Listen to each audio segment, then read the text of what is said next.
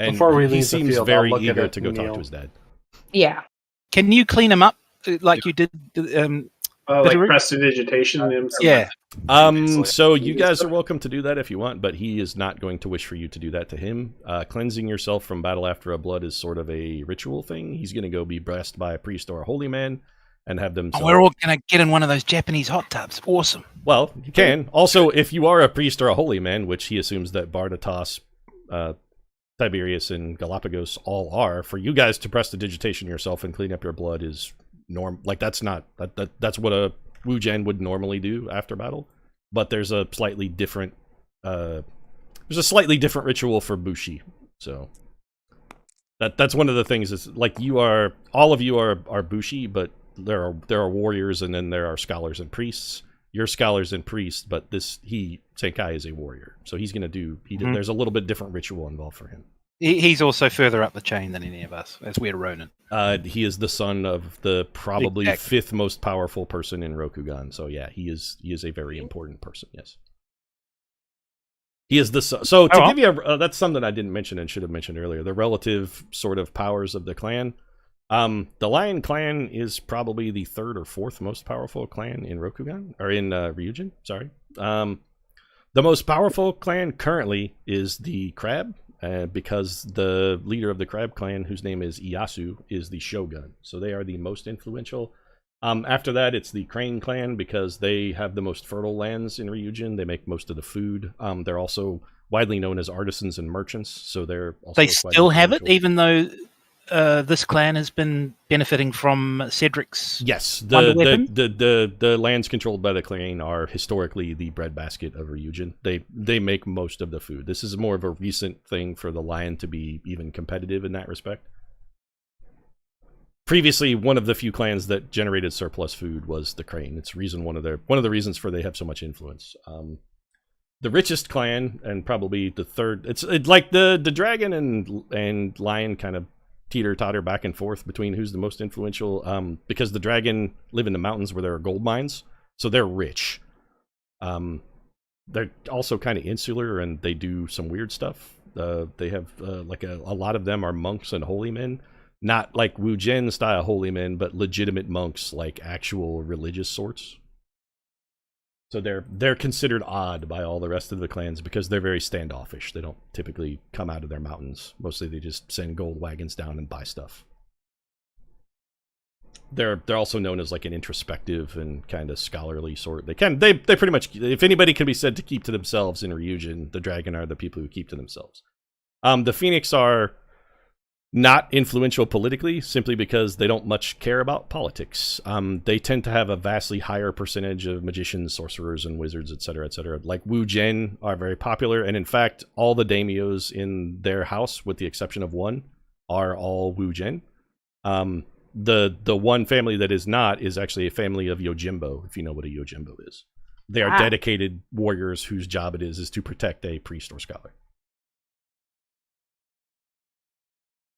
And Senkai is then he's going off towards the house, so he's gonna walk away unless you like stop him and interrupt him. As he's walking away, he does look behind because he seems to be expecting you to follow him. I will say I would try to just call out to him and perform whatever might be the correct form, or my attempt of the correct form of gratitude and thanks for what he's done to help and save us. I mean, he was there. That would be extremely offensive. That's his duty. That's his duty. You would be implying that doing his duty to his father and his clan was somehow unusual, as opposed to what is expected. That would be something that would offend him.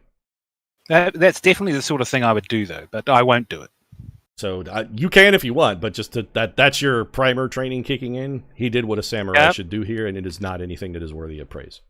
All right, well, let's just carry on like it's just another normal day. All right, so you guys head up to the house. Well, actually, it's not really a house. It's a castle. This is a large stone structure, considerably bigger than like the fulfillment center sort of area that you sent to. As you approach, Senkai is shouting orders to various peasants. He's like, go, secure the facility, summon the guards, send reinforcements. Tell my father that I have returned, and I will see him as soon as I have been cleansed. And then he walks off towards he's like, take care of these men and see to their possessions. Make sure that they're housed, fed, cleaned, etc., etc. And then he runs off toward what you sort of suspect may be a bathhouse of some variety. And a servant walks up to you and like literally drops and prostrates himself at your feet and says, "How may I serve you?" Hello. We're all pretty filthy, I think. That's maybe the first thing. Excellent. Follow me, sir. And he stands up and leads you towards what you recognize to be another different bath. Like, it also looks like a bathhouse, but it is different. The one that Sankai walked toward is more closer, like, to the center of the castle. You're going to effectively a guest bathroom.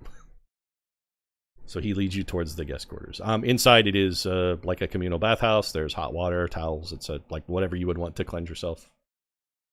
If you guys just want to step inside and have one of the casters use prestidigitation to clean you, whatever you do is up to you. There's nobody in here to watch or peep. They're not spying. This is also maybe a good chance for us to like debrief with each other as a party and. I can do or. So the walls are paper. Right. And there are servants standing outside at your beck and call. And this is a societal thing. So here's the thing: if people want to eavesdrop on you, they can absolutely hear you. It is considered polite in this society, since most of the walls are paper. If someone is not in the room with you, the polite thing to do is simply try not to pay attention to what you can very clearly overhear. Well, I'll cast Aura of Vitality just so that everyone gets some good shit. Okay. So, who's below half hit points? Anybody? I might. not. Yeah, I am. If you're under half, you may want to use a Channel Divinity to heal him up to. Because you have, at 8th level, up to 40 hit points that you can use that can only be applied to heal somebody up to half of their total hit points. Do it. So, Slexy, how many are you down, for instance? I think I'm 28. Okay, I might not be half. I have to check. Whatever half is, see how many under that you are. Does this bathing count as like a short rest, such that we could get life that way? This can be considered a short rest, yeah. Is it considered impolite to urinate in the pool? No, everybody. Well, I mean, yes, you don't pee in the pool. That's gross. Okay. I am one under half. Okay, so you can heal Slexy for 1. How far under are you, Colonel? I think just a couple. I have 48 hit points, and I am down. Okay, you may not want to channel Divinity then. Aura Vitality is going to be. If you guys aren't that hurt, then Aura Vitality is like the minimum Tink can heal with an Aura Vitality is 70. So if amongst the three of you, you're down 70 or fewer hit points. He can, even with the worst possible roll, you're all healed. Yeah, I'm done by a on a short. If we're on a short rest anyway, wouldn't that be the easier way to heal? You can spend hit dice, but I mean, if you spend hit dice, you don't have them later if you need them. Fair. Can I you guys can heal however you want. Just tell me how you did it, so I can for bookkeeping. Yeah, so I'm ambivalent. Aura of Vitality, because that's obviously the most efficient. And what's more, I'll use the Pearl of Power to restore a 3rd level spell. That was my next question. Got it. If I overpower, is the spell considered to be a 4th level spell slot? Yes, you cannot recover that with the Pearl of Power. You've used a 4th level spell to cast that when you upcast it. So your 4th level spell for the day is used. I've got 2 of them though, right? Yeah, well, you got 1 left then. Yeah. Okay. So, okay, fine. Anything else happening while you guys take a short rest? No. Well, not for me. Just short rest, heal. Is there any like bards around or anyone any entertainers I could learn anything from? So samurai don't typically entertain. There are peasants that do that. That is not a samurai job. Now there are if there was any around that were playing that I could learn part of a tune or something. Typically, those are something that is reserved for festivities, parties, that sort of thing. The Rokugani, or I keep saying that because I'm stealing a lot of this stuff from another campaign setting that we use.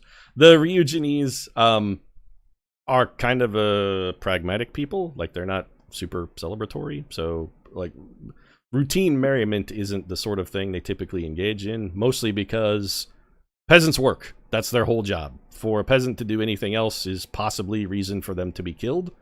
So they don't have a lot of time for frivolousness. They're serfs. They work. They go grow rice or do whatever it is their master has told them to do, and they do it with zeal in the hopes of praise and benefits. Samurai tend to engage in recreation a little more, but also even their recreation tends to be poetry, they like poetry, music, art, that kind of stuff, but it's very ritualized. So you don't like just a person sitting around playing music, unless that person is an artist of some variety, would be strange. If you go to a place where, like, if you were to go to a bar or a tavern or something, and they do have those, for there to be music there would not be uncommon. But for there to just be music playing in the castle at random, no. But that would be unusual. I'd love to know how these also, that's the other thing too. So some of the samurai cast are artisans and artists, actors, poets, that sort of stuff. But the people who do that are like, that's seen as, those are the people that couldn't hack it. No, it's a rich person's hobby. That's a snobby thing. Most samurai fight and die because that's their job, is to go out and then fight and do what their emperor tells them, or what their daimyo or emperor tells them to do. That's their job. For a family to have enough capable soldiers that they can afford to have one member of their family dedicated to just making art is seen as both noble, but also wimpy, kind of. There's not really a good word to describe the stigma. It's a combo of like, look at how wealthy we are. We don't even need all of our sons to go be samurai. But also, it's like, Well, yeah, they have appreciation for art and things of beauty, but also, while they can appreciate art and beauty, they also tend to think that dedicating your life to the pursuit of art and beauty is frivolous, is probably the best way to describe it. It's not frowned upon or stigmatized specifically, but it is, kind of, because they're like, look at that fop and dandy, what a waste. That could be a warrior, and instead he's writing poetry. Monks are the kind of people who typically do that sort of stuff because they're outside the celestial order. Monks do monk things. Also, when a samurai reaches a certain age, usually around 50, they will typically retire and become a monk. And that's one thing that you notice is unusual, is the person whose castle you are, his name is Matsukai, is almost 60 and is still a warrior. He is not retired. That is actually unusual. In most families in Rokugan, Sankai would be the daimyo now. Anyway, you're in the bathhouse. What is it that we're doing now? Can I assume we're about to meet with Matsukai shortly. That's the father, right? Yes. Ryonkai, yeah. Ryonkai, I'm sorry. I thought you just said Matsukai. I probably did, because that's a different family name from the other campaign setting, and I'm crossing it over, so. This is a lot of stuff that we looted from L5R because we play a lot of that, and I like a bunch of the characters that are in it, which I'm appropriating for this setting. Even though they don't belong, they're just fun. Well, I was thinking I would ritual a divination and ask, like, what is the most effective way that we can convince Ryonkai to help us? Okay. So you pull out your law book, run your finger around, poke it down, it lands on the word ask. Okay, well, that answers that question. I hope the binding isn't going to be ruined by the... Oh, by the way, is this a hot bath? Yes, it is. I don't want to very make much like a steam sauna kind of thing, yeah. No. Okay, it's a classic onsen. It is very much an onsen, yes, PJ. We don't want this to be a turtle soup. So is there an outdoor or a cold one does version not bathe outside. I request? That is gross. Peasants bathe in the rivers. That is a thing for filthy peasants to do, not for proper people. I request proper people bathe here. Man, this is going to be very uncomfortable for a turtle. Again, if you want to be perfectly clean, Biddy or Bardatos can just point their finger at you and you are clean. Yeah. Please. Yeah, and then you can go stand outside if you want. It's very uncomfortable for a turtle. Marty's gonna take a bath. Like, he's been in there the whole time. Like, that's cool. Soaking. All right. Yeah, I'm doing that too. I'm getting nice and. All right, so you guys take about a half hour, have a nice soak, except for Tink, who stands outside, and the peasants, when you walk outside, step away from you because they assume you're standing guard. Oh, please! They also, go politely wait. They go politely wait within earshot, but they are not going to stand next to you. What time of year is it here, and where we've transported to? You're in roughly the same hemisphere, so it's still. Well, I mean, you've been on the road for a while. It started out in the spring, so you're closing in on what's like the beginning, late spring, early summer at this point. Oh, okay. You've been adventuring for about a month and a half now. It would be our equivalent of like late April, let's say, late April, early May. Continental or like island, like continental. Anyway, it doesn't matter. Whatever. Think Japan in April. How's that? There you go. I wish April I'd in been. Japan. Yep, fine, fair enough. So once your half hour is done, well, after about a half an hour, Tink, you're standing outside in the door doing whatever it is you're doing. One of the servants comes up to you and quietly, again, they drop to their knees, their forehead on the floor. They say, "Samurai-san, the daimyo has requested your presence at the main house. Please, could you summon your friends and follow me?" Well, I guess it's polite in this twisted world not to acknowledge them, so I just turn around and I go into the bathroom. So, okay, to give you, again, your cultural primer kicking in, you can kill this man if you want. It is not a crime for you to murder this peasant. Like, you might make, it's only a crime in so much as you might make the person who owns him angry. But you are not required to be polite or treat this person with any sort of respect at all, because this is a peasant. They are not a person. Don't encourage my darker angels. They are livestock. And that's that's certainly not how I'm going to treat them. So the person who owns this, which is Ryugin Kai, would be no more upset about you murdering this peasant than he would about you murdering a cow. Now, to be fair, that's not a great introduction as to honestly, he would probably be more upset about the cow, because cows are rare and difficult to obtain, whereas peasants are as numerous as grains of rice. Well, if this was a tasteless pastiche of a Kurosawa film, I'd lift his head up and look at his teeth, but I'm not going to do that. So I'll turn around. I'll just because he's not looking. That's one thing that's very important for you guys to understand in this society. Peasants are not even people. No, I get it. Would it be like befitting for me to just tell someone to take my things and hand it to him and just like walk off? No, you guys are in the bar. Absolutely. Yeah, we're not there. Yeah, so that's what you are as a samurai. It is a peasant's responsibility to do whatever the fuck you tell them to do. Now, you're all appearing as Ronin, so you might get a little pushback because you're not formally within the hierarchy of this particular organizational structure, but you are a person, and a peasant that you are talking to is not. Now, so there are individual opinions. If I tell them to take my stuff and they say no, I can basically just kill them and be like, don't you dare. It's like, don't backtalk me. So if you murder a peasant, their lord would likely say, "Why did you murder my peasant?" And if you said, "Because they dishonored me," they would probably say, "Okay." There's only room for one Tink. And unless other samurai came forward and said, "No, this man is lying," there wouldn't even be an issue. Now, if other samurai came forth and said, "This man is lying, the peasant did no wrong," then the owner of the peasant might seek redress.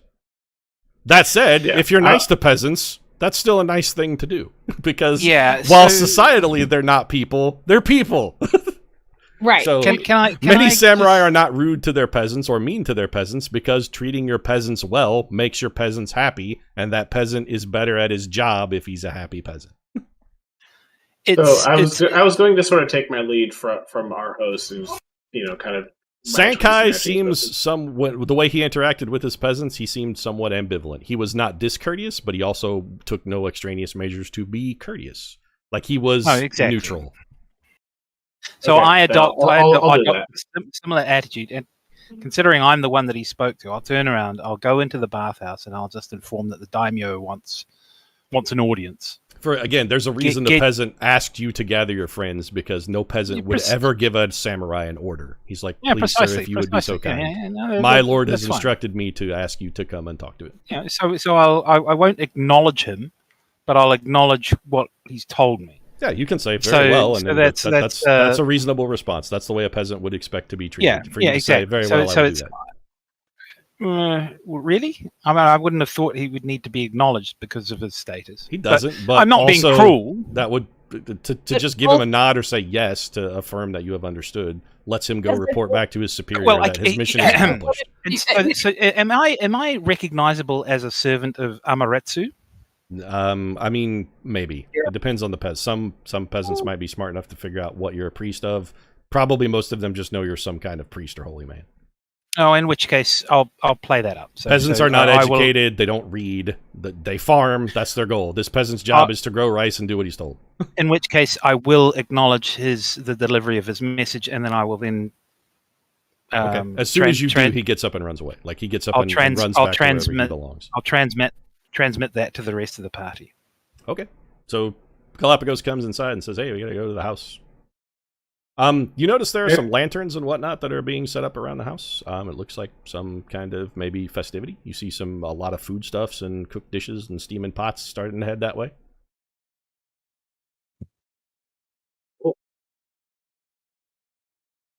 You guys gonna just gather up your stuff and head to the main to the keep then? Yeah, let's get a move on.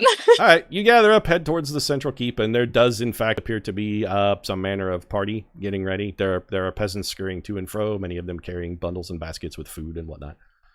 Standing on the porch is Senkai, whom you recognize. He is in a fresh kimono. He no longer has his gargantuan sword strapped across his back, but he is of course still wearing his daisho.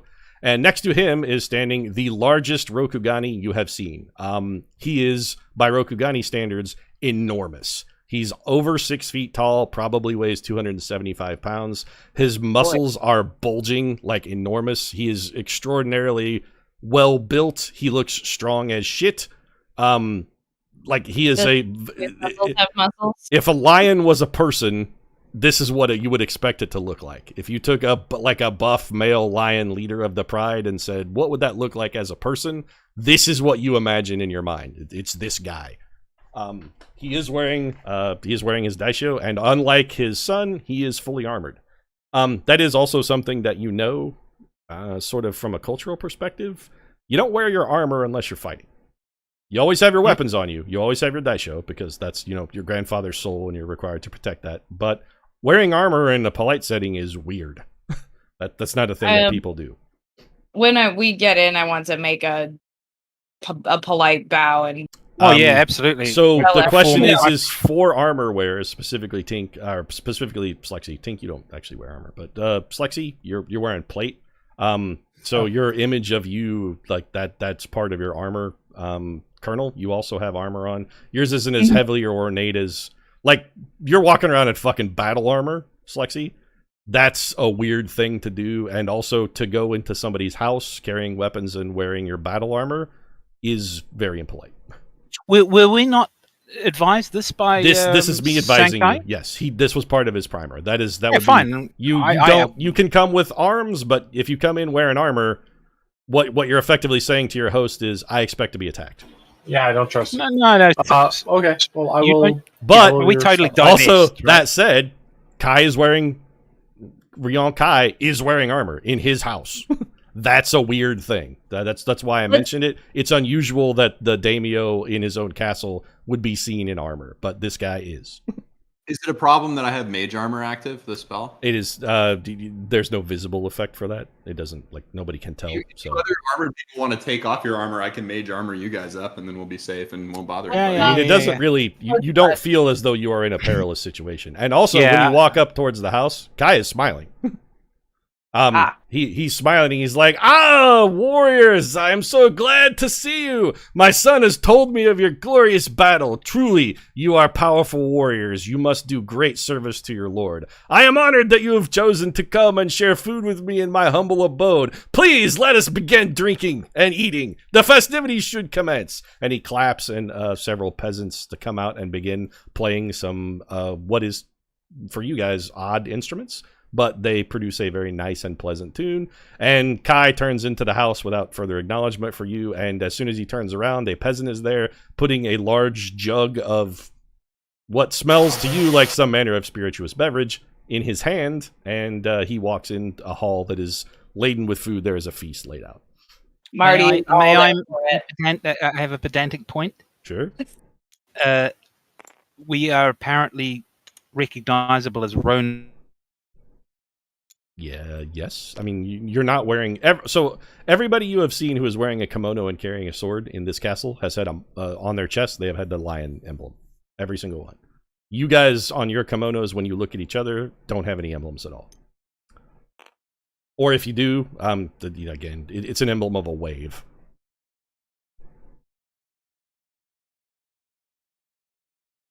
So what was it? Somebody had a question. I'm sorry. Before Tink, Yeah. you had a pedantic question, which is Tink still here? Oh, to Tink DC? He may have dropped. I heard some weird staticky fuzz. That may have been Tink DC. I thought his question was just, do we look like Ronan. Yes, you very much look like Ronin. But again, Ronin are still samurai, so you're just samurai that don't serve anybody specific. But should some of us have taken off our armor for this? Is that what happened? Let's not go back and retcon stuff that we've already done. Let's just keep moving forward because he appears to like us and wants to give us. What was the question, Biddy? I'm sorry. Say again. It was you were telling us kind of retroactively that we should have known to not wear armor, and I was just curious if correct sort of adapt our behavior to that, or if we just shouldn't worry about it. We've already done it, so it's your call. You know what you know. Do with it as you will. If you want to wear armor, go for it. You're not obligated. It doesn't affect me. I was going to go in without, since that's what our host was doing. That is the customary thing would be to come here without armor. Yeah. So one other thing to mention, the Crab Clan specifically never take their armor off ever. They go to every function wearing armor. If they are out and about in public, a warrior of the crab is expected to be prepared for battle at all times. So for a crab to walk in his armor would in no way be unusual at all. But the other thing is other Rokugani consider Rokugani, I did it again, sorry. Other Ryuginese consider them to be rude, boorish people because they're uncouth bastards who wear their armor to dinner. Yeah, I won't wear armor. So I think let's assume that we've been following whatever our friend Senkai has told us to do, and let's say it differently. Senkai wasn't specific, but you notice that he is not wearing armor. His father is. He's not. So it seems to be, probably in this setting, either or would not really be a big deal, but the custom would be, don't come to dinner with your armor on. You're not coming here to fight. Don't have your fighting clothes on. No. So you wander in, if you guys are... So, is anybody wearing armor? I just need a yes. No, I don't think Marty would be wearing armor. Other than... I'm going to assume you're not unless you say you are. Okay, we're good. So nobody's wearing armor. All right, so you guys come into dinner. There's a lavish feast. Kai walks to the head of the table, sits down, and starts drinking what you would consider furiously. The peasants, a peasant comes up to each of you and leads you to a cushioned seat at a low table, and you sit down. Before you there is what you would expect to see in Japanese. There's rice, there's fish, there's classic sort of teppanyaki, all the lovely things one might find in a fine Japanese eatery, and they sit you down, and Senkai steps forward and he's like, "Father, I must tell you of the heroics of these men," and he proceeds. To start eating at this point, since the Kai has started eating? Well, he's not eating, he's just drinking. Oh, okay. Marty also starts drinking. And at that... Are you expected to keep up with the host? No. In fact, many... Try not to. So, what you know from your rough primer of the sort of Bushido lifestyle that Senkai gave you, to be drunk is sort of not good, because what if your lord needs you and you are drunken and unable to perform your duties? That would sort of be seen as a failure. Super dishonorable. You've just described my job. Lucky you. I mean, Marty's not hammered yet, but he is going to start drinking while he's watching things happen. Nobody, at least in this particular setting, nobody even blinks twice at that. So it seems like the peasants here are accustomed to people maybe drinking a little more than is normal for most Ryuginese. But Kai is certainly belting it away. What you are drinking, Marty, it's like rice brandy. It's like sake but fortified. It is very potent. It's heavy stuff. It's fucking rocket fuel. Yeah. Okay. Good to know. Jesus. And then, go ahead. Sorry, go ahead, Biddy. Oh, I'm just saying I'll sip on a little too. Okay. If you're curious what it's sochu is the actual beverage. Soju. Yeah, sochu. Oh, it's Japanese brandy. Oh my god. Yeah. So Sochu's Senkai's pounding that. And or Kai's pounding that. Senkai steps forward, and the table is like U-shaped. You guys are seated along the outside, and in the middle there are only two chairs, one for Kai and one for Senkai. But Senkai is actually in the middle of that U-shaped table, and he's facing his dad, and he regales everyone present. And there are some other, what you can tell, nobles, because there are some other samurais here at the table seated further down than you guys, who are also sitting there. A couple of them are drinking. Most of them are just sitting, listening intently. Senkai tells them of your glorious adventures and how you absolutely destroyed the forces of the Scorpion who dared set foot on Lion lands and killed them to a man, except for the cowardly Ten Mao who fled like a cur that he is. And that takes a minute.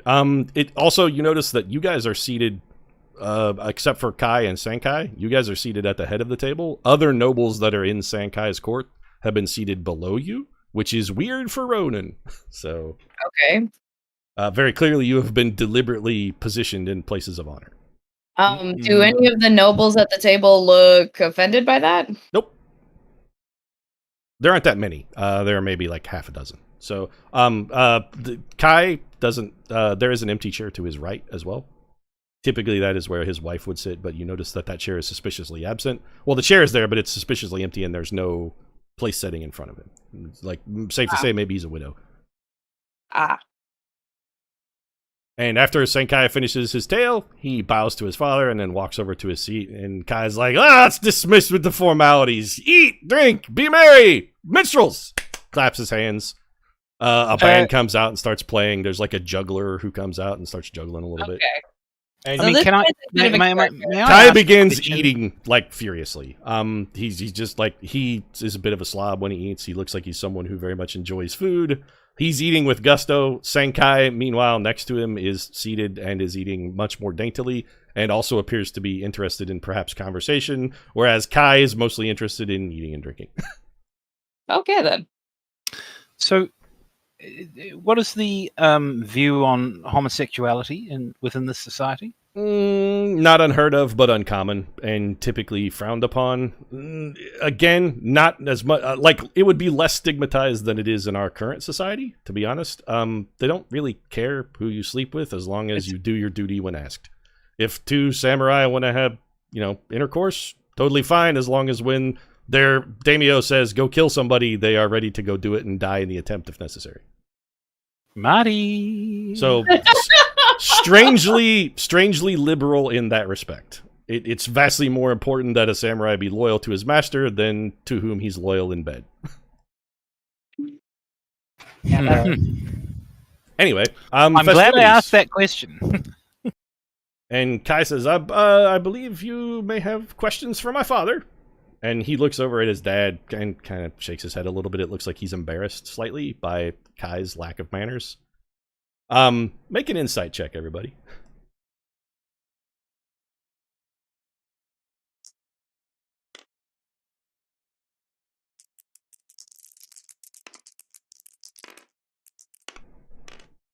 Only a 7. 18 plus 8. Okay, so Marty, you'll pick up on this. Anybody else beat a 20? Oh, hang on. I'm just about to roll. Oh, yes. 17 plus 8. Okay, so Marty and Galapagos both pick up on the fact that Senkai seems like everybody you guys can tell seem kind of that he's a little embarrassed of his dad because he's eating like a pig by Ryugin standards. He's kind of being a hog. Marty, you and Galapagos can tell that none of the other nobles in the room are in any way surprised by this. It's like, for Senkai to be a little upset that his kind of boorish, boisterous father is run of the mill. Like, that's par for the course. There's nothing weird going on here. This is a normal Tuesday. Yep, evening. this is a Tuesday dinner, except we have fancy guests who are Ronin and that. Yep. So, but Senkai says, I believe you have questions for my father, and he looks over as if he's expecting Kai to stop eating, and Kai does not. He's jamming chicken in his face. Okay. Marty. He's looking specifically at Bardatos, by the way. Are you trying to hook me up with the child or the slovenly man? I don't understand what's happening. Yes. Senkai looks at Bardatos specifically when he says, I believe you have a question for my father. Okay, I guess I'll start. So we're Bardatos should start. Yeah. Hello, I'm Bardatos. Do the formal introduction. You are not Bardatos. That is a gaijin name. I was about to say that's. I'm whatever. Did we make up? You are the Rokugani equivalent of that, which we will call Bardi. Okay. Bardi-sama. There you go. Yeah. So When you introduce yourself, Kai says, everyone here is... There are no secrets here. Please, you need not maintain formalities here. My son said, I believe your name is Barditas. Please, again, you're kind of... we all know, these men are my trusted and loyal servants, and they understand what you really are. In fact, you may remove those if you wish. Exactly. At this point, we take the rings off, right? He said No. if you wish. I'm not. Well, he just invited us to. Well, that's... Does anybody want to take their ring off? No. He's a daimyo. Did he just tell us to? It seems to like it. Well, he said if you wish. Yeah, if you wish. Yeah. It was not an order. It was an invitation.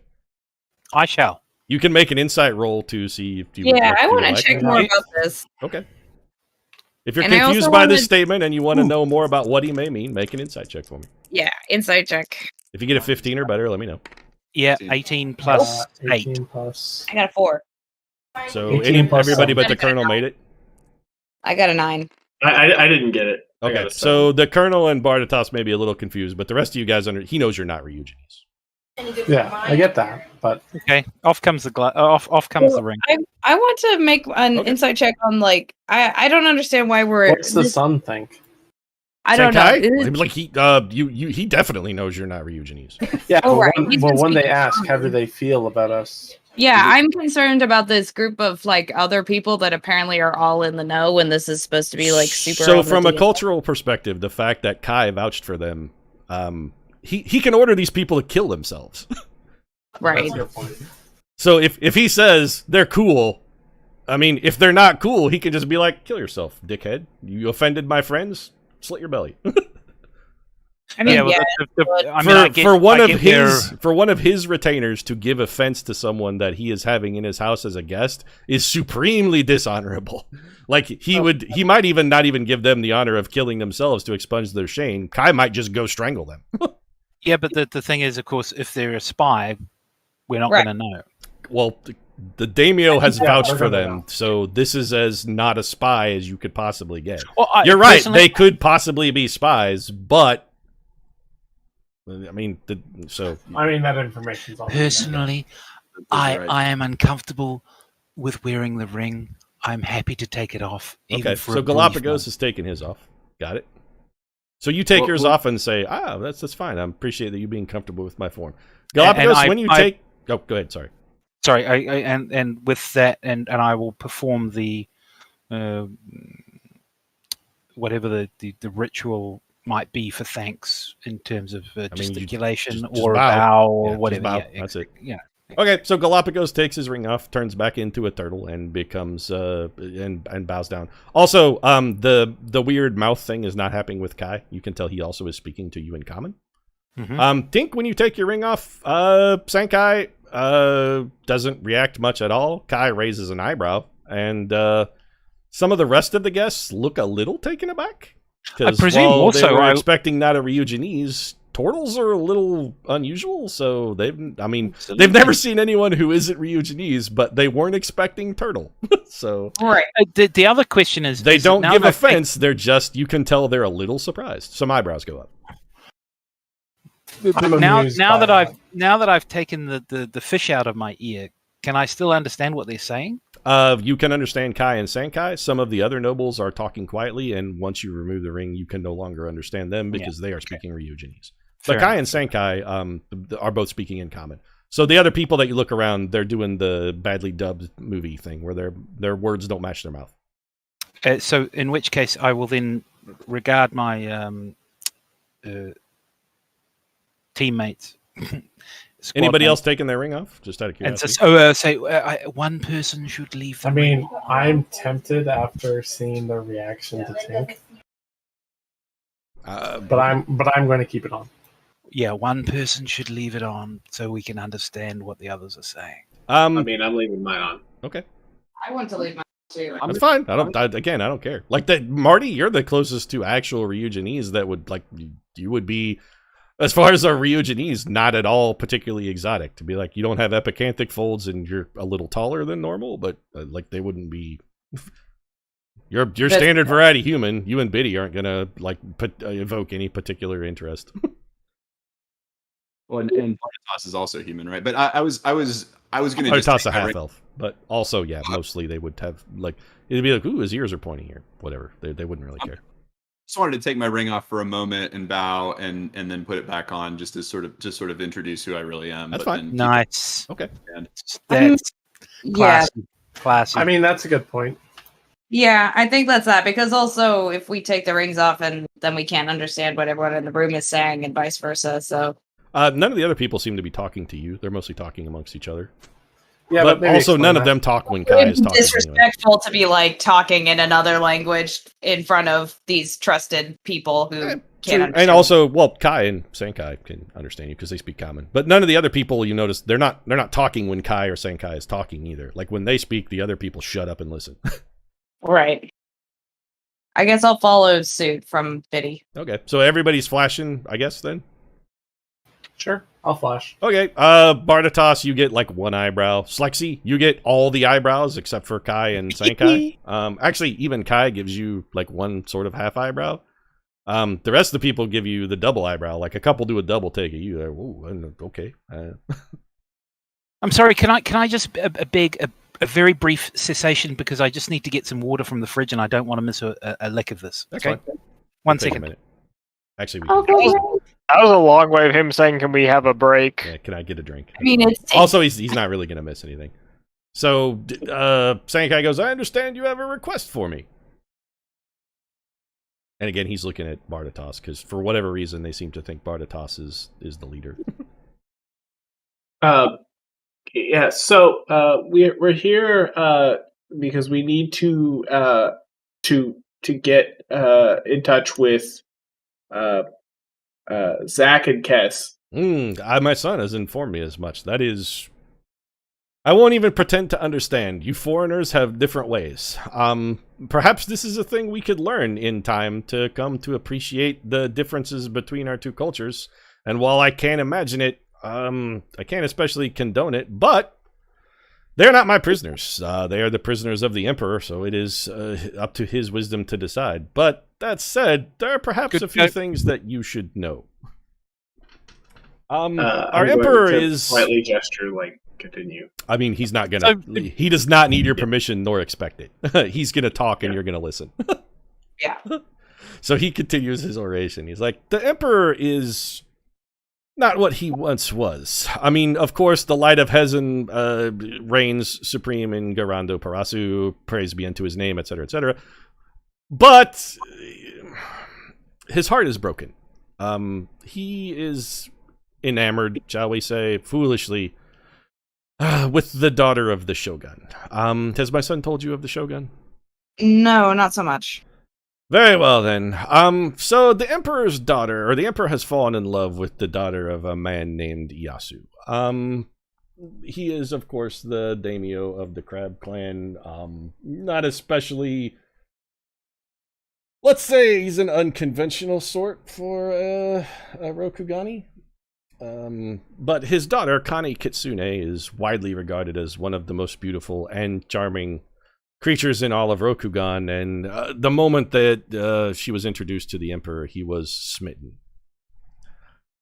In order to, let's say, elevate his position, our noble, and you can tell when he says noble, he's being way, way, way sarcastic, like super sarcastic. Yeah. Iyasu has decided that his daughter's hand in marriage shall be awarded via tournament. Do you understand, perhaps, why this is problematic for our Emperor? Or he looks at Sankai, and Sankai goes, no, you should explain, Father. And he's like, very well, then. I understand that from your perspective, our ways may seem strange, but to give away his daughter in a tournament means that there is no chance the Emperor could possibly ever compete. Before he became the Light of Hezen, praise be unto his name, blah, blah, blah. Our Emperor was a fine duelist, one of the best in all of Rokugan. Sorry, in all of Ryugin. I did it again. In all of Ryugin. But when he became Emperor, he cannot compete in a tournament for what loyal samurai would ever consider contest the will of the Light of Heaven. This is simply not done. For the Emperor to enter the contest would be extraordinarily dishonorable, for none would ever dare stand against him. But our emperor, I simply fear that my blasphemies are many. This won't. These are all friendly years here. My emperor simply cannot function without his love. It will not happen. Were Yasu to grant her to some other Ronin or samurai, or I mean, it's the competition is open to all comers, and for some potentially random Ronin to walk away with the Kani Kitsune it could destroy our empire. I have no idea what the emperor might do were that to happen. So if you were to perhaps come up with a way for the emperor to achieve his goal, maybe he would be willing to grant your request, even one so insane and bizarre as allowing two of the most fiendish criminals in all of history to be released from the palace of Garando Parasu. That is the only thing I can even think of why the emperor might grant you an audience. And honestly, the emperor is a drunken sot these days. He spends his days in his chambers drinking. I like him already. His major domo Zore will be the person you would need to talk to, but they are longtime dear friends, and anything you might suggest to Zore which might help elevate the emperor from his funk, I'm certain he would be receptive to. Given the great honor and that you have done for my family and the service that you have provided, I would be very glad to give you travel papers to travel to the palace at Garando Parasu to speak with an introductory letter to our friend Zore. He is also my friend, for in the day before he became emperor, Asutomi and I were very great friends. It saddens me to see what my friend has become. That something as simple as a woman could reduce him to this is... I can't... To accuse the emperor of dishonor is unheard of, but it is... He just shakes his head and kind of starts mumbling to himself and falls silent a little bit. Pete, are you speaking directly to me? No, he's speaking to everyone in the room.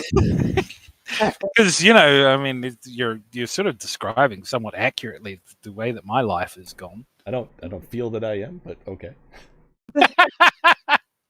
Could someone enter the tournament on behalf of the emperor?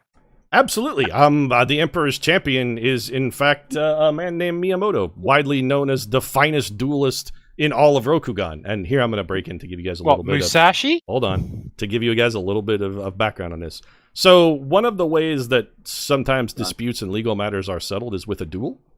And since no one can duel the emperor because you can't, nobody would raise a hand against the emperor. The emperor actually has a champion. His name is Miyamoto. He is the finest and greatest duelist in all of Rokugan. That is typically how one gets the job. His job is, when someone has a dispute with the emperor, they challenge Miyamoto to a duel and usually die, or at least lose the duel. Because duels to the death are actually relatively uncommon. Most duels are more... They're like to a first blood sort of thing. Dueling has a very strict and ritualistic set of rules. Usually it's to first blood, but occasionally it is to the death. And Miyamoto has killed many, many, many men. That's his whole job. But also, even the Emperor's duelist, his formal duelist, that's like an official position. To send him to compete in a tournament would be only slightly less gauche than the Emperor entering himself. That would be like the president sending the Secretary of State to yell at a school child. Like that would be like sending the Secretary of State to go yell at a street cop in France. Like, it's simply not something that would be done. Be like, right. It would be highly inappropriate. There's, again, no formal law or rule against it. It would just be... It's not even something a Ryuginese person would think of because it's so out of left field. Like, it's not even something that would occur to them. So we could be the Emperor's champion then, if not his official one. My son has spoken of your glory and prowess in battle, but if I'm to be perfectly frank, please, you won't take offense? No. You would be immediately slain. The Rokugan duelists that will be competing in this competition are among the finest swordsmen in, well, as far as I know, the world. I don't mean to. It's simply I'm assuming a cultural difference, but you would be swiftly killed. No offense taken. My son is a fine warrior, and he reaches over and pats his son on the shoulder. And Sankai, when he is praised by his dad, just beams. Like, for him to get praised, it seems like this is not something that frequently happens. For his dad to say he's proud of him, Sankai's day is made. Like, he just starts smiling fucking huge. He lights up like a Christmas tree. Sankai Senior drunk? Kai? A little bit, yeah. He's not insensate, but yeah, I mean, he's drank a lot. But he's looking pretty chipper. His face is a little red. But you can still tell that Sankai is over the moon that his dad said he was a good warrior. Marty wants to... Is it appropriate to jump in with questions? You don't interrupt. No, you don't interrupt. The Kai's still talking. Still going. All right. And he says, my son is a fine warrior, and I in my prime was a mighty warrior myself, but even my son or I, at our best of days, would stand no chance against the finest swordsman in the Empire. Our talents, shall we say, lie in more pragmatic forms of battle, and dueling is simply... Well, when one meets an enemy on the battlefield, one doesn't necessarily need to engage in a duel to cut them in half, if you know what I'm talking about. And he reaches over his shoulder, looks like he's gonna pat a sword or something but it's not there. And then he looks over to Sankai and does like a, oh yeah, right, my son has that sword now. Well, I've been killed by many fine swordsmen. It would be an honor to be killed by another. I mean, to die in battle in service of one's duty is the greatest, it is the greatest thing a man can hope for. There is no more noble end. If you wish to die on the Emperor's behalf, I'm sure he would be honored, but I'm not sure that would help. I appreciate your willingness to discharge your duty, but perhaps there is a more effective way. You might convince Zore to name perhaps another champion. I'm certain that there are any number of swordsmen who might be willing to serve in the Emperor's stead as opposed to Miyamoto. This is potentially a possibility. Alternatively, and you'll think me a scorpion for saying this, and you guys kind of pick up on the fact that, again, this is him playing on the stereotype of their dishonorable curs. If you might loan the Emperor one of your rings, perhaps he could enter himself. The Emperor, my friend in his prime, he was a fearsome duelist. I've never seen him bested. Perhaps, maybe even then. I cannot bear this. I cannot speak for my Emperor, or in this case, more specifically, for my friend Zore, who is... I feel for my friend, because the weight of the Empire lies upon his shoulders currently, with the Emperor in his current state, and he is not well suited for this sort of responsibility. He is a sensitive man. I'm certain that he is as troubled by these events as I am. But something must be done about Yasu, for the Shogun has begun to, as you have seen, the Scorpion and Crab are not allies, but also not enemies. They are sharing information, and if the Scorpion know of what we are doing here, then the Shogun knows what we are doing here, and I'm certain he will oppose our efforts, for he is very adamant that no influences from the greater continent should ever be allowed, that Ryugin remain Ryugin. Whereas I am more hopeful that our people can live better lives. My peasants shouldn't be forced to toil endlessly for next to nothing to merely exist. The harvest we've had recently, my people are living better lives, and I want better things for them so that we might raise up a caste of warriors, the most fearsome in the world. All of these things suit our purpose, and I feel that the influence of the outside civilization can only benefit us greatly. We've already seen benefits. We must continue to increase, not decrease, our influences. So perhaps he might borrow... I mean, such an item as the ones that you carry are... This is a fantastic thing. This is a miraculous thing. Such a thing here would be unheard of. Go ahead, Tim. May I? Yeah. So without ever looking him in the eyes while he... You don't want to interrupt him if he's talking. No, exactly. No, not at all. And nor will I look him in the eyes. You can look him in the eyes, just you don't want to interrupt him. No. But I'm not going to do that either, because that's just... But can I make an insight roll? Just see how much he believes what he's saying? You don't even need to roll. He's being perfectly honest. You don't sense that this is a person for whom lying is... Like, it's not something he would consider. Both by just general temperament and inclination, he's not... Like, you would know if he was lying. You don't as a mirror image of his son, basically. Sankai seems maybe a little more crafty. Sankai might be capable of deception, but to his father Kai, it wouldn't even occur as something that one would do. To speak the truth is noble, and Kai is nothing if not noble. Well, that probably should have been worthy of a roll. It's actually one of the reasons why he seems to be a little hesitant to recommend subterfuge for the Emperor to enter the tournament as himself. Like that sort of seems like a foreign concept to him. Especially if he's a drunk. So I don't think that's a great idea. I mean, he's been drinking. He's not drunk, but anyway.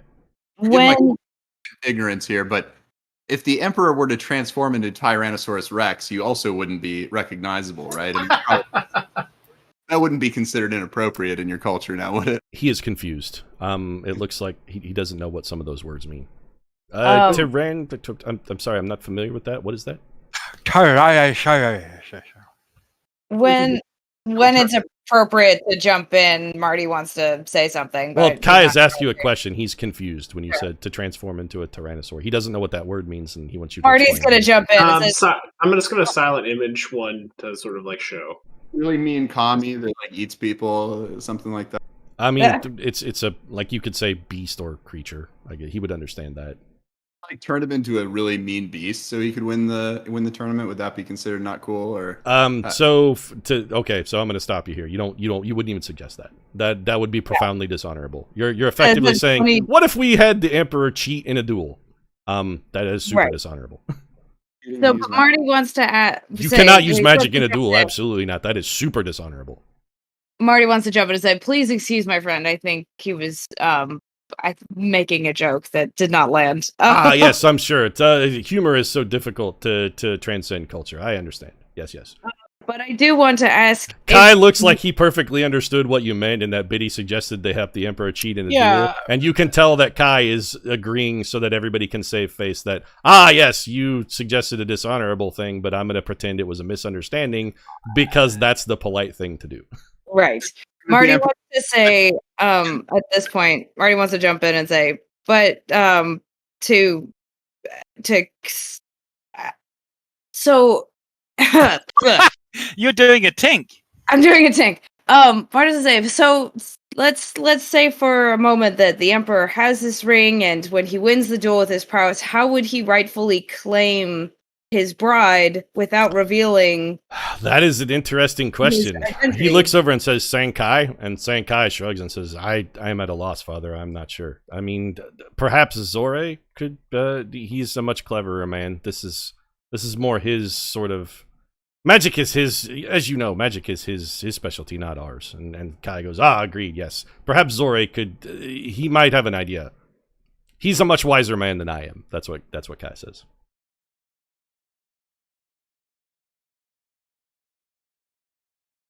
Biddy, you wanted to ask something? Sorry. Oh well, no. I was just saying, one solution to that problem is that if he were a Tyrannosaurus Rex, no one would know he was the Emperor, and he could simply carry her away in his gentle jaws. So that's something you know from your primer. Using magic in a duel is supremely dishonorable. Just unspeakably, unthinkably dishonorable. Even someone as dishonorable as a scorpion would never do something like that. I don't believe that was even resolved. Are they gentle jaws? No, yes, the bite does damage. It can't not. Exactly. So, I mean, you're going to pick up the princess or the queen or whatever and kill her. Yeah, it depends on how tough she is, but good. Durable is this princess? That's a lose scenario. So something that's widely known about the clan she is from. They're tough. Like they're badasses. They're known for being, like, the Kani clan is known for being rough and tumble. Like they're even one thing that's, their women are known for being tough, and that's weird because while there are samurai ko, they're not super prevalent. Like there are not a lot of samurai ko, except the Crab clan does have quite a few samurai ko. And Kane Kitsune is in fact a samurai she's a battle samurai. She fights. Oh, warrior nuns were a thing, so why not? She's widely known to be one of the deadliest people in the world with a spear. She uses a yari. Jesus. Marty, that's quite the thing. Marty also wants to ask, he wants to preface it by saying, please forgive my ignorance, but could you please elaborate on how it's possible for the shogun to deny the emperor in the first place? I mean, he did not deny the Emperor. The Emperor never asked for his daughter's hand. I see. Were he to ask, I'm sure the Shogun would have. I mean, he is the Emperor. His word is law. If he were to say your daughter is to be my wife, that would be the end of it. But also, the Emperor would never do something as so crad. This must be something where our cultures differ. The Emperor would never order something like that. Especially not for a woman as fearsome as Kitsune. Kani Kitsune, I would think she would take great offense to that as well. I'm sure she's angry at her father for selling her off like a prize cow, but that's a matter between her and her father. One's duty to one's family is tantamount. If you're to be sold, if your father tells you are to be sold by a cow, then you moo while going to the stockade. Question, and this is probably a cultural issue again. Could Kane enter the duel herself for the right to choose her own hand in marriage? Very interesting suggestion. Possibly, yes. Like a samurai, any samurai is welcome to enter the tournament and compete, but it is a duel. And something that you would have gotten from Kai's primer. The crab are not known to be fine duelists. They're more brutalizing frontline kind of pragmatic army fighters. They sort of share that with the Lion Clan. They're more about, we win battles, we don't win individual fights. Some of the clan are more like, we win individual, like the Crane clan are widely noted to be fine duelists. They're very good at it. But that being said, the Lion and the Crab are more like, our army crushes your army. We don't give a shit about a one-on-one fight. So their Ashigaru are better than the other Ashigaru and all that stuff. Well, I mean, Ashigaru are cannon fodder, but yes. The Crab warriors are excellent in battle and poor in duels. Like if a duel were to break out, a Crab would likely lose a duel to the honor. But also, like a Crab, if you get in a duel with one, you might go, hey, we're dueling, so I strike you and nick your cheek and display my prowess, and then you just crush my brain with a hammer because you were dueling to the death while I was dueling for honor. Crab are pragmatic. Gotcha. The honor is less important for them. They're not considered to be widely dishonorable as a scorpion, but they are considered to be as pragmatic as it is possible to be. So fighting a duel of honor is a silly thing. Crab don't typically they don't honor duel much. They'll just fight to the death.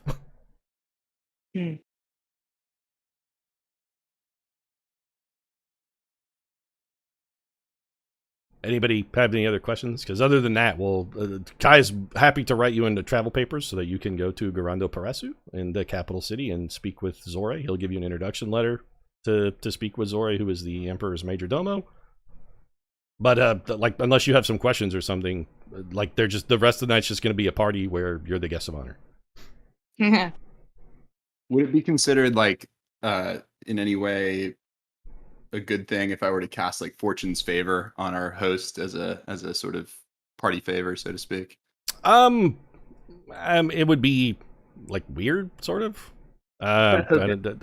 For you to give a blessing to a daimyo sort of implies that he's not capable of getting blessings from his own priests. If you want to do something more of like an entertainment, if you wanted to do like some illusion magic or something, sort of like a spectacle or an entertainment, that would probably be extraordinarily well received. Like if you and Bardatos wanted to get together and make like a little major image play or something, that would go over like gangbusters. The people here would love to see exotic entertainment from the lands of Dragonmirth, like places they have never been and will never see. To see a tale from the mainland would be an extraordinary treat for them. Unfortunately, I don't have much in the way of illusions. I can prestidigitate some little fireworks and stuff. Well, I've got major image, so I can drive it and you can do enhancements. You could do some parlor tricks, Biddy. People would be impressed by that. Showing off magic isn't sort of a thing that they do in Rokugan, or in Ryugin, rather. So they're not super good at it. Yeah, I get a bagpipe in there too. I'm down. If you're throwing out like fireworks and sparks and whatnot out of your fingers, stuff that would be parlor tricks in Dragonmirth would be exotic and enchanting to these folks. Bardatos, you could fucking bring the house down with some major illusions. If you wanted to do a performance, you could offer to do that. That would be something that, a storyteller, are you? Very so. As soon as you say, "Might I tell a story?" Kai's like, "Oh, of course, please go entertain us. Show us tales from exotic lands." And at this point, you can tell he's like considerably drunker than he was. He's not blotto, but he's feeling good. So I got like an 11 for a performance. Get the mood set. Unless I'm getting an assist. I was gonna say, Biddy, maybe you want to chronal shift him to do something. Specifically, what are you doing? So, like, are you telling a story? What are we doing? So I was going to tell a story basically of our group. So sort of like, how about I fortunes favor you, okay. and give you, so you get essentially a free chronal shift off of that. Got it. Okay, so you want to tell the story of your team being on a quest to murder a god? Basically, just we were assigned to. All right. To go on this quest. What do you want to use any spells or anything to enhance that, or do you just want to go like so? There is in one thing you know from your cultural primer. Storytelling's kind of one thing that they consider a big deal. Storytellers are well respected. They're cool. If you know how to tell a story, people are going to be like, "Oh, that dude's cool, man. He tells good stories." If you want to enhance that with some visual magic from major images and other minor illusions and whatnot, that's some next level shit right there. Yeah, if I'm going to be getting a long rest after this, it's night. It's nighttime. You guys are gonna have to. Many of the guests are. So then some of the guests are openly intoxicated now. Like, this is a party. Afterwards, you're going to bed. Yeah. Yeah, I've got 2 major images, 4 silent images. I can do prestidigitation and all kinds of. Make a performance roll, and I will give you advantage on this. Yeah, I'm gonna fortunes favor you on that. Here we go. So advantage, and then you got to re-roll if you want it. Some prestidigitations up. This is gonna be Queen at Live Aid. Okay, so I have 23. Okay. Which feels pretty good. All right. So you spin the yarn of how you were recruited by a lunatic to kill a god, and despite the fact that you were given the task of murdering an actual god, said yes. And went out to do it, and then you talk about your adventures against the vile Baron Donaldo and the kidnapping of the Sedgwick, the mysterious mechanical man. Hang on, slow down. I'm trying to write this down. I'm in shorthand. The kidnapping of the mysterious mechanical man, and how you're here to try and save the world from the forces of the vile necromancer, who even the Ryuginese have heard of. They know of the necromancer. He is also he has a different name here in Ryugin, but even so far away as this continent, they know of the vile necromancer. And it absolutely brings the house down. The people are fucking just rock silent in their chairs. They are so enchanted and enamored. This is the greatest moment of some of their lives. Can I just interrupt here just for one moment? Because this brings us back to the very last session, where I remember, because I was exiled to the Twitch channel, and Moscow said, because the necromancer's castle came up, and he said we should infiltrate by using a tiger trap. Nobody knows where the necromancer lives. Oh, the tiger trap make it into the story? Hey, it worked. It once, did, absolutely. And we're higher level now. It can work again. No, people laughed their fucking asses off when the tiger trap thing came up, and then they were amazed that it actually worked. Okay, fair enough. For purposes of that, sure. You guys spin a great story of your adventures, and you can't imagine a more positive. Like, if a standing ovation was a thing that they gave in Ryugin, rather, you would have gotten several, but that's not a thing here. They just instead politely, they furiously wrap their knuckles on the tabletop. They're like, it's their applause is as generous as it could possibly be. Nice. And at the end, when you're done, Kai says it and goes, "Ha! Truly, you are magnificent adventurers. An honor to my house. Such a magnificent performance. I wish you nothing but greatness in this world. You are welcome in my home anytime. I am only sad that you must leave so early to go upon your important quest. But with such, I think there's nothing we could do that would make this a greater evening. Let us adjourn and sleep well, dreaming dreams of such magnificent tales. Good night, everyone." And then he turns and walks out of the room. And Senkai stands up and bows and follows him. So there's still some refreshments, and servants are available to cater to your whims. A few of the other guests are still drinking, and then a couple peasants are picking up the drunken ones who passed out and missed the end of the tale and dragging them out. Marty wants things to are winding down. Marty wants to come up to Bardathos and just gush about how great that performance was and give him a little bicep squeeze. How drunk are you? Flushed, but not I know I feel what like you should roll a d20 for it. Drunkenness. for slightly tipsy. So make a Constitution save actually, because that's how drunkenness works. Well, how much have you drank? Just kind of give me an idea. I'm not like falling down drunk. Like this is more of a good party, you know. All right, let's call it a DC 15. Well, unfortunately, Constitution is not really my forte, so I did not make a DC 15. Okay. So Marty's not sloppy, but he's way. What's happened? Marty's not sloppy, but he's way drunker than he thinks he is. Marty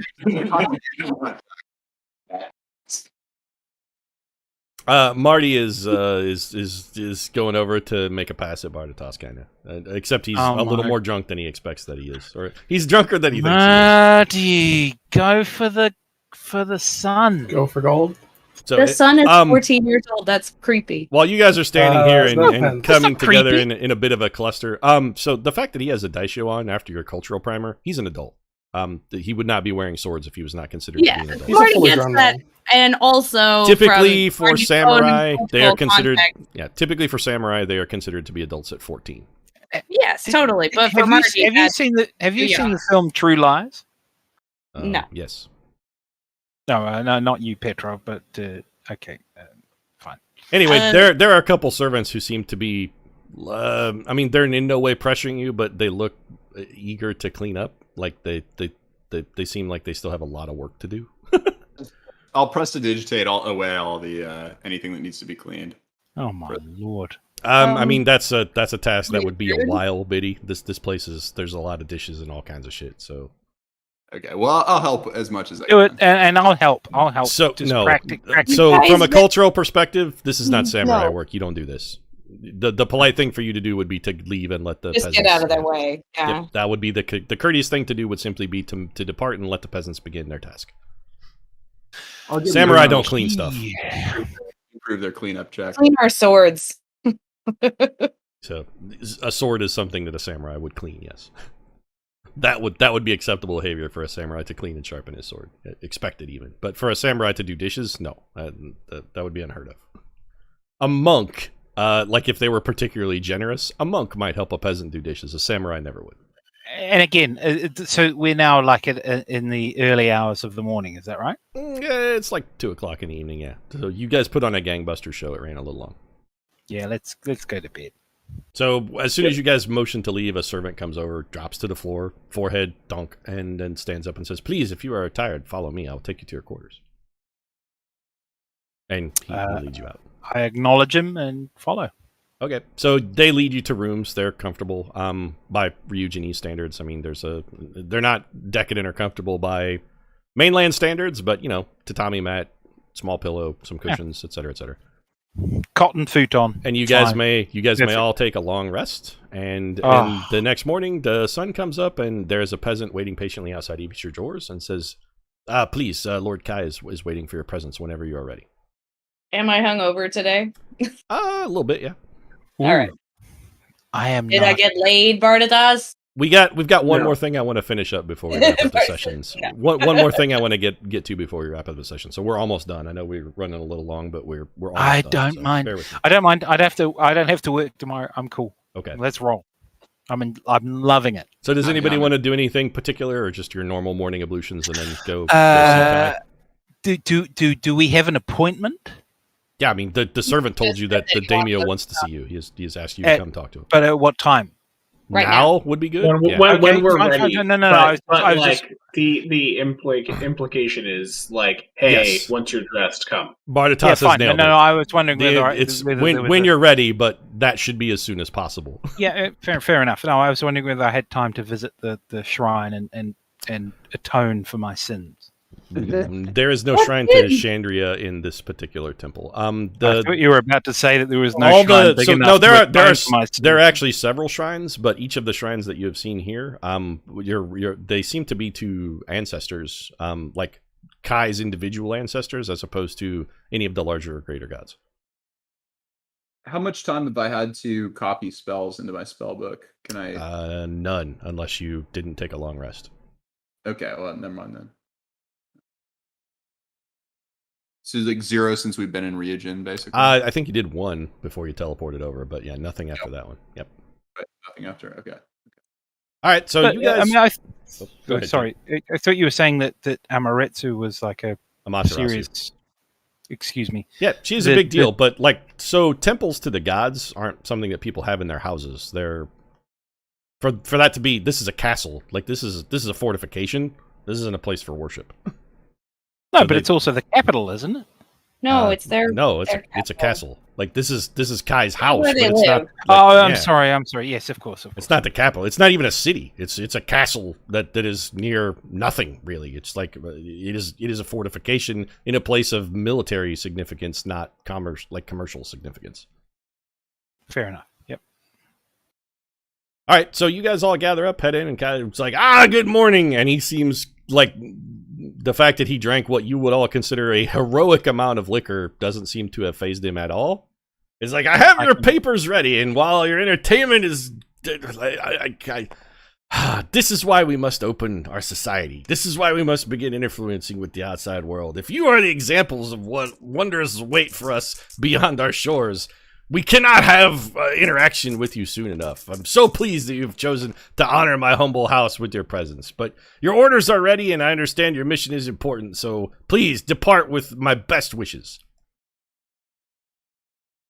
Is there anything more I might do for you before you are on your way? Horses and provisions, of course, are waiting for you. And you did notice there were several peasants gathering Rokugani steeds and what appears to be a small collection of traveling supplies that would be appropriate for some Ronin to have. Not like you would be...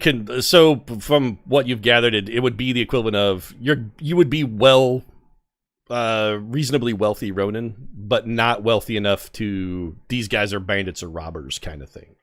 More of a, these are successful mercenaries, but probably not criminals. Because some Ronin are, engaging in banditry is sort of a thing they occasionally have to do.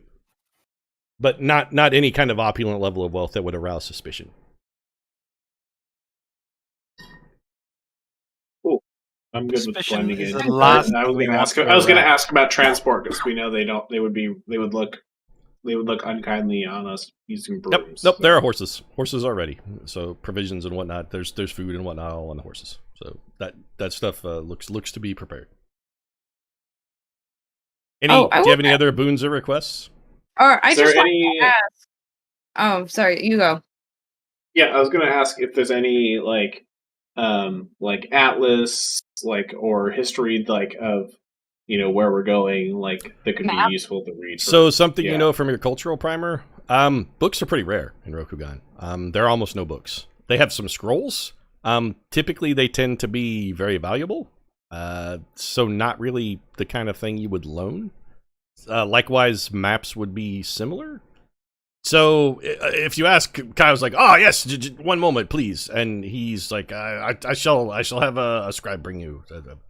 And he looks over at somebody who's standing by, who is very clearly Kai's body servant, and he says, "Roro, go!" And the guy runs off. And a couple minutes later, he comes back in with what appears to be a sort of hastily drawn copy of another different map, which has the lands where the various clans are. It's like a very rough sketch of Rokugan, and then there's also a route and some roads. So it is not a fantastically detailed map, or even a particularly good map. It's it's what they can do in 15-20 minutes. Okay. Marty, it's better than nothing, but it ain't great. Right. Yeah. Marty wants to ask about what kinds of things we might find on the road, like monsters and things we might come across that aren't things we would know from it our is the duty mainland. of every daimyo to ensure that his lands are safe. One of the things that the imperial family actually does is roads are, everything is the property of the emperor, of course, but specifically the emperor's family maintaining and defending and patrolling roads is one of the things the imperial family actually does. So if you have papers, you can expect to be stopped regularly by agents of the crown, agents of the emperor himself. They'll ask to see your papers. You're going to get that quite a bit. But the roads are pretty safe. Being ambushed by monsters and whatnot. If the emperor were to find out that there was an area where monsters were rampant and people were being ambushed along his roads, the emperor would have stern words for the daimyo of that area. That would. You mean the main highways rather than off roads, right? Well, there are highways, and then there's dirt like what otherwise would be considered a road isn't a road. It's like there are roads that are maintained by the Emperor, and then there are cow paths. Okay. This isn't nearly as developed as the mainland, where there are roads and byways and that sort of stuff doesn't happen here. The people who don't want to meet those people interrogators will go on those cow paths. I mean, that's bandits. The only people people in Ryugin. Bandits and spies. Well, one thing you may have people in Ryugin don't travel. Like, if you're a peasant, the place you are born is almost certainly the place you will die. Even most nobles don't travel. Most samurai don't travel. They're born, they're raised in their family, they serve whoever their family's feudal lord is in the area where they were born, and barring rare exceptions, they grow up, live their lives, and die there. So people who are traveling are almost exclusively traveling on, like, official political business, or are in an army. We're effectively shinobi, right? No. So ninjas are aren't we? No, ninjas are bad. You're Ronin. You're samurais. You travel. So Ronin would travel far more than the average samurai in that they travel at all. But also, even Ronin don't often travel. Like the only people who travel are servants of the Emperor and people on a specific mission for a important person. Like there are roads, but people don't really use them. Again, the only reason like a peasant or most samurai would ever travel is because they're part of an army that's going somewhere to fight someone. I get it. Yep. And then, Colonel, you had something? No, that was it. That would answer the question. Okay. So, map delivered. Kai stands up and he's like, the best of fortunes to you, and please, again, you're welcome in my home anytime. Just whenever you might wish to visit, you honor my house with your presence. Good day. I do have other duties to attend to. I bid you farewell. And say hello to my again, and he yells. He's like, Senkai! And Senkai comes dashing in, and he's like, yes, father. He's like, see our guests off. I've got other matters to attend to. And he wanders out of his office, which looks mostly unused and ceremonial. And Senkai's like, well then, are you ready to depart? Is there anything else you need? Any other wisdom that we haven't already talked about? Like any last parting thoughts? I mean, you have travel papers, and the Emperor's roads are, pretty safe. So, just if the agents of the Emperor approach you, they'll be easily identified. They wear brown armor, and they have a particular crest that you will notice. And he actually gives you a rough sketch of the Imperial crest, which is simply just a sun. So when you say that the roads, the Imperial model is like a rising sun. He's like, when you say them, the Imperial they roads, ask for your papers, just show them to them. These travel papers are from a powerful daimyo, and no one will question them. Then, yeah, they're legitimate. Yeah, you have been given travel papers by probably the fifth most important. Like, this would be, if the not Secretary of Defense or Secretary of State, probably, what's the next most important cabinet position, roughly? It'd be like if Secretary of Transportation effectively gave you papers to travel somewhere in the U.S. It'd be like, I have papers from the DOT. A functionary would look at them and go, yep, okay. This is signed by Pete Buttigieg. Nobody's going to question it. And unless you guys have anything else, Senkai will follow you out, see that you're mounted up and on your way, and wave as you depart the castle. Thinking we head out. Okay, so you guys get out on the road.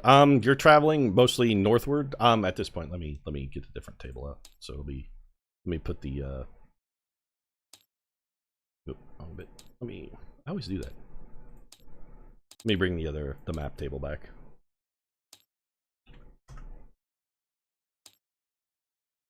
And we'll zoom in on Ryugin. So we'll zoom in on Ryugin. And again, you guys are roughly here.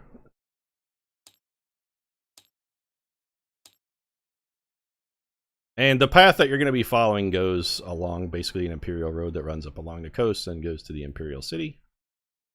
So this is where you started, and you're just following this road. So you travel for first day, completely uneventful. Nothing happens.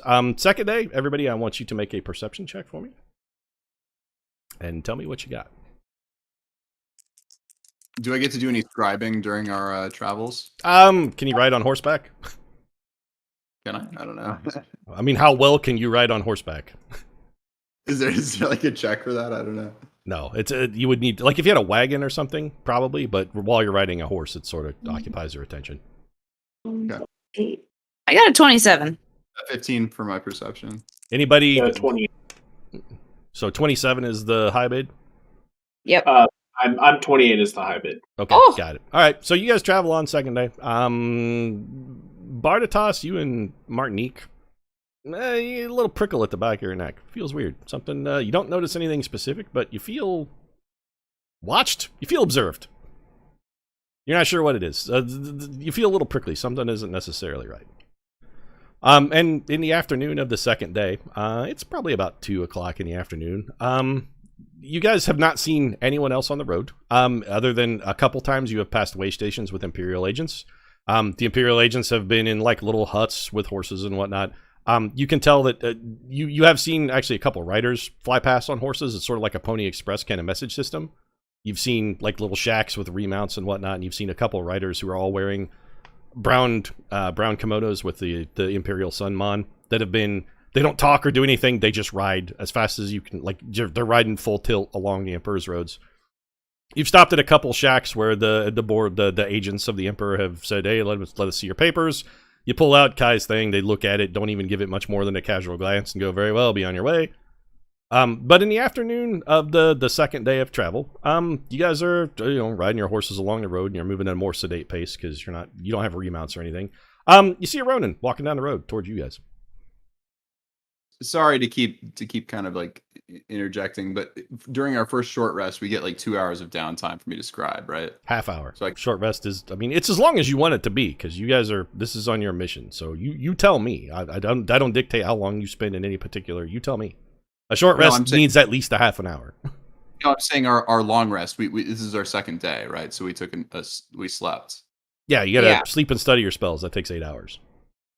So I get two of that 8 hours to scribe, right? I'm just trying to figure out if I can prepare blindness stuff. No, a long rest takes 8 hours, and you can't do anything else during that. Really? I thought there was. You can have a couple hours to prepare your spells. That's part of it, like saying your prayers and studying your spell book. But that's not time you can use to scribe. No. Oh, okay. Say your prayers is quite appropriate. Well, that's appropriate for you. Biddy doesn't say prayers; he studies a spell book. Well, I mean, as we're about to die. Okay, so I can't do any scribing. You're going to need some time where you've got where you can sit at a desk and then dedicate yourself to writing. So, okay.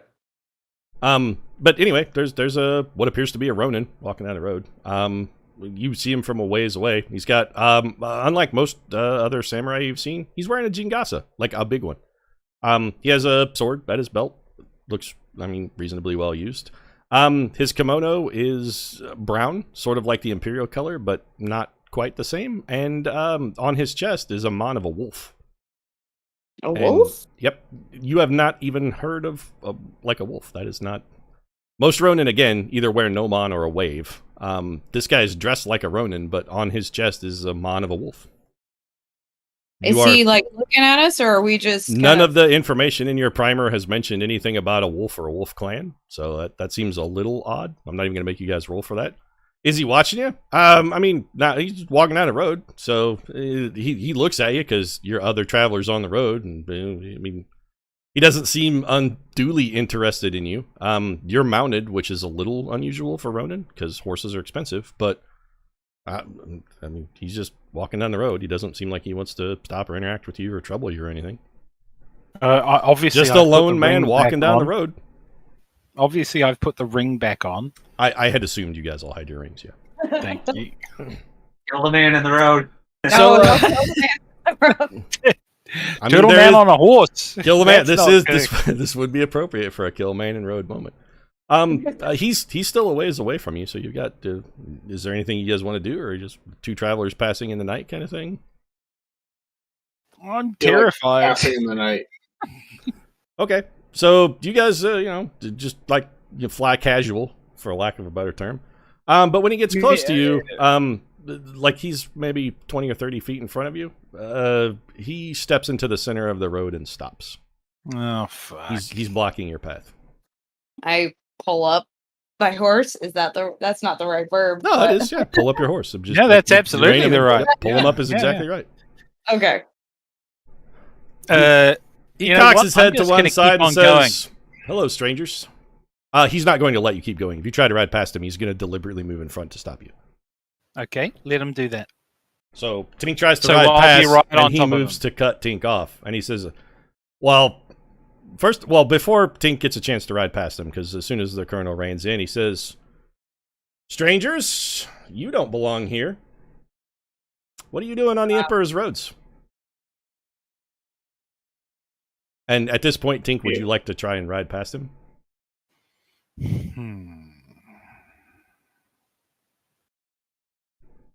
Give me a yay or nay. I'll pull up. Okay. So he's just looking at you expectantly. He says, "Well, waiting for an answer." You are not a guard. I'll present my papers and present. He's not an Imperial guard. We don't have to answer. You are correct. This is not an agent of the Emperor. This is not a guard. Don't show him his papers. He could rip them up or something. Not an agent of the Emperor. I'm just gonna flash the papers. He just asked you a question. He said, "What are you guys doing here? Well, you don't belong here. What are you doing?" Traveling. We have authority to travel here. Good. Authority from whom? I find it hard to believe that people such as you, and he gives all of you a weird look, would be authorized to travel in Ryugin. We don't normally... Can I interrupt him? No. He's going to finish the sentence. He says, "We don't normally allow Gaijin here." Excuse us? Okay, so you're very clearly in disguise. I don't know what you are, but you're not Ryuginese. I only see Ryuginese people here. Uh-huh. Yeah, well, you're blind then. Okay.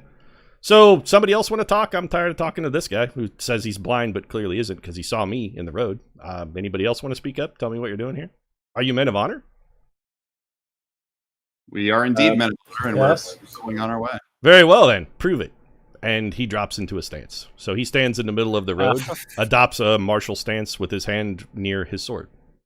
You are very clearly being challenged to a duel. Am I on top of him? Well, this is Marty's shtick, so Marty's gonna... From what you know of your societal primer, this is a thing that sometimes samurai will do.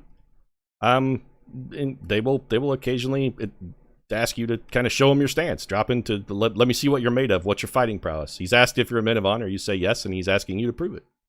Man of honor, then. Very well. And he drops into his stance.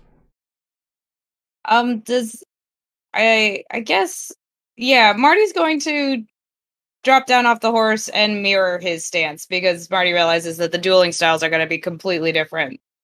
Okay.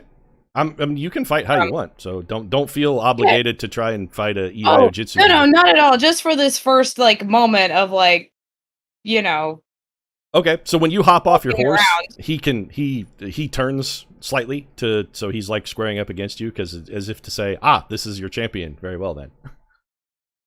And he raises his hand that is not his sword hand and gives you the Neo in the subway kind of come forward sort of thing. Can I do my insight check before we get into... Sure, make an insight check. Hell yeah. Go for it. So Pete, my question is, would my chronal shift, since it's not a spell, be considered cheating in a duel? Yep. Or is it... Absolutely cheating. Yep. I got a nat 20 on my insight check, which would have been nice on a hit. So what'd you get total? So 28 all told? You got nothing. He's inscrutable. Oh. He's a man standing in a road. That was literally the best possible number that I could have gotten. May as well be looking at a blank wall. He smiles a little bit. Just go ahead whenever you're ready. I will step off the horse and stand to the side and watch.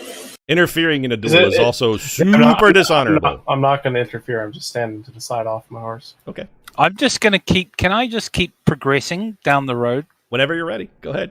He's smiling. Like, he's having fun now, you can tell. You don't even need to roll an insight check to notice that he's very much enjoying that he's this. Being a dick.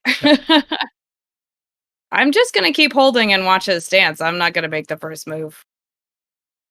Okay. So, one thing you know, if you feel that you are vastly overmatched in a duel, the polite thing to do is simply acknowledge that someone is a better foe than you and bow and respectfully go away. Conceding in a duel is not only encouraged because duels can be deadly and it's wasteful, to have warriors killing each other over matters of honor and such. But also, I mean, if you're gonna stand and wait and just kind of assay him, he starts grinning, like he is even smiling even broader. He's like, no, seriously, go ahead. Come on, whenever you're ready. I can wait all day. It's fine. I mean, I'll heal you up, no problems. No, that's interfering with the duel. No, to heal someone after a duel after is you're fine. dead is what I mean. Again, so a duel, like typically this sort of duel would not. This is not a duel. Would be fought to the death. So one thing that. One thing that you know, in order to fight a duel to the death, you actually need your daimyo's permission. A normal samurai will not engage in a duel to the death without the explicit permission of his daimyo. To do so is actually dishonorable. Yeah, but if this sucker is a Ronin, like he's not a Ronin. So you can tell based on his dress, you're not sure what clan he's affiliated with because it's not one you've ever heard of. But this is not a Ronin. Oh, the wolf clan, right? He looks but we don't sort know. of a scruffy We kind could of. assume. We could like assume a that scruffy that's a kind Ronin. of samurai, but he is not a Ronin. Or at least his dress does not suggest that he is a Ronin. Okay. And he's starting to chuckle now. He's like, no, seriously, come on, dude. Go ahead. Pull it. Let's go. Skin that smoke wagon. That's the second Tombstone reference he made. I'm gonna look at Marty and be like, either stand down or die. So Marty takes his sword hand and starts tapping the hilt of his sword with his middle finger. I'll tell Marty, either stand down or let him kill you. I will not let you die, Marty, but I suggest you bow. Again, you're so almost certain that this is not a duel to the death. First blood. Right. Well, Marty knows that he got a really, really good look at this guy. That being said, almost certain is not certain. So right, exactly. Marty's going to tone down his ego, and he's going to sheath his sword and do a respectful but not too respectful bow. Okay. When you do that, the man stops smiling, and he also bows back and says, "You are a wise warrior. Continue on your way. You are men of honor." And he starts walking down the road again. Man, you should have just gone all out, hoped for a lucky roll, fuck that guy up. Because we just would have brought you back to life anyway. I did roll 19 when the Colonel made her insight check. Next I also round rolled of 19. oh yeah, so CB I rolled a 20 actually, so his Yeah, he rolled one less than you, but he has a higher stat bonus. But anyway. He has a but anyway, yeah. So you guys mount back up? Was the murder hobo. You guys are going to mount back up? Well, the fact is you've got two 8th level clerics here. Okay. We he can wanders down the road, revive and you guys are I'm not getting... worried about that. We also don't need to fight every single encounter that we come across. Yeah, you got experience Yes, for that. we do. You got experience for that. You bested that encounter. Sometimes not fighting is the correct choice. So you guys are mounting back up on your horses, and he's wandered down the road a bit. He's probably, 50, 60 yards away, and he goes, "Oh, by the way, you may want to watch out for those ninjas, and I don't know, maybe that monk. Anyway, good luck." And then he continues on his way. FFS. And that's where we'll wrap things up. Yeah, it's getting a bit late. Warned about ninjas and maybe a monk. Ninjas and a monk ? It's in my notes.